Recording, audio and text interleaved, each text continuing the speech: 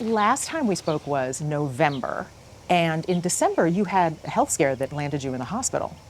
Yeah, it turned out to be no big deal, but it was,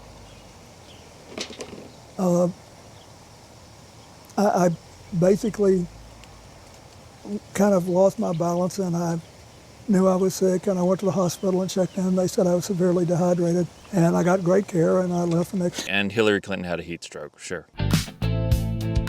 Hillary's doing the Van Dive Shuffle. And how's your health now? As far as I know, it's great.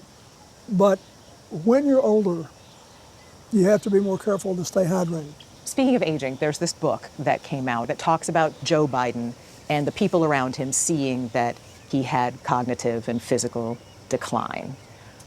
Did you ever have a moment with him where you thought maybe he was unfit to run for president? No. I thought he was a good president. The only concern I thought he had to deal with was, could anybody do that job until they were 86? And we'd had some. Okay, so you just contradicted yourself. No concern, except for the fact that he's 86. Had several long talks. I had never seen him and walked away thinking he can't do this anymore. He was always on top of his brief.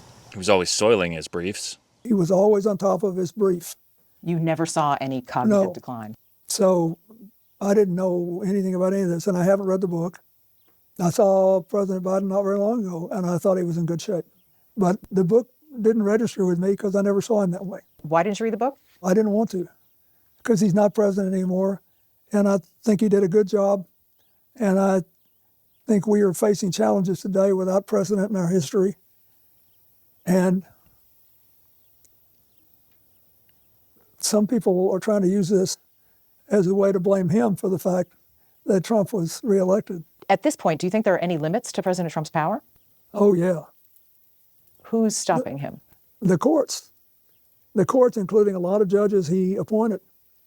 And he is looking for ways to basically defy all these court orders. But I think he'll have a hard time doing that. And if he does, I think it will hurt him in America. I mean, look, we've never seen anything like this before in my lifetime. Somebody says, whatever I want should be the law of the land. It's my way or the highway. And most Americans don't agree with that.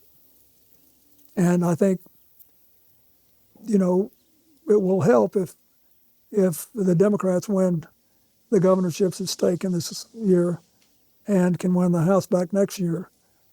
But I think that he's paid a price for this, name calling and throwing his weight around. I think.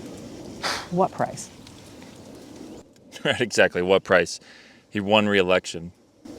I think it's made him less popular to the point when, look, only elections are going to change this. But I do think the courts are getting their dander up. I think that him shutting law firms out of representing their clients before federal agencies and in federal buildings because he doesn't agree with their position, that ain't America. We've never done that. The whole purpose of having a legal system is to have both sides be heard. It's mostly for lawyers to make money. Do you worry that the only thing that unites the Democratic Party is a hatred of Trump? It's the only thing everybody can agree on. If I thought that were true, I would, but I don't think it's true. I just think that most people don't have any idea, most people who are criticizing the Democrats right now have no idea how difficult it is to decide the right thing to do. And whose fault is that? Democratic Party has a bunch of leaders in it, right? To do. I think it's not as easy as people think. That will come, elections will happen, and we will see. President Trump has a right to do what he thinks is right. He's doing it. The courts are doing their jobs. There will be other elections. But someone needs to stand up and say, damn it, what we have in common matters more. We cannot throw the legacy of this country away. We cannot destroy other people's trust in us. We need to preserve that and find a way to work together and not humiliate other people just so we can win. We got to just calm down and try to pull people together again. To just be grossly generalistic, you could put half of Trump supporters into what I call the basket of deplorables.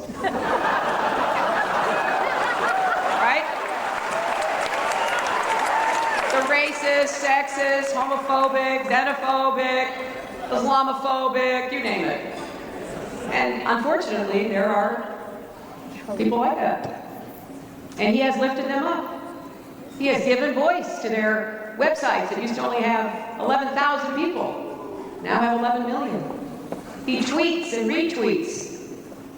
They're offensive, hateful, mean-spirited rhetoric. Now, some of those folks, they are irredeemable, but thankfully they are not America.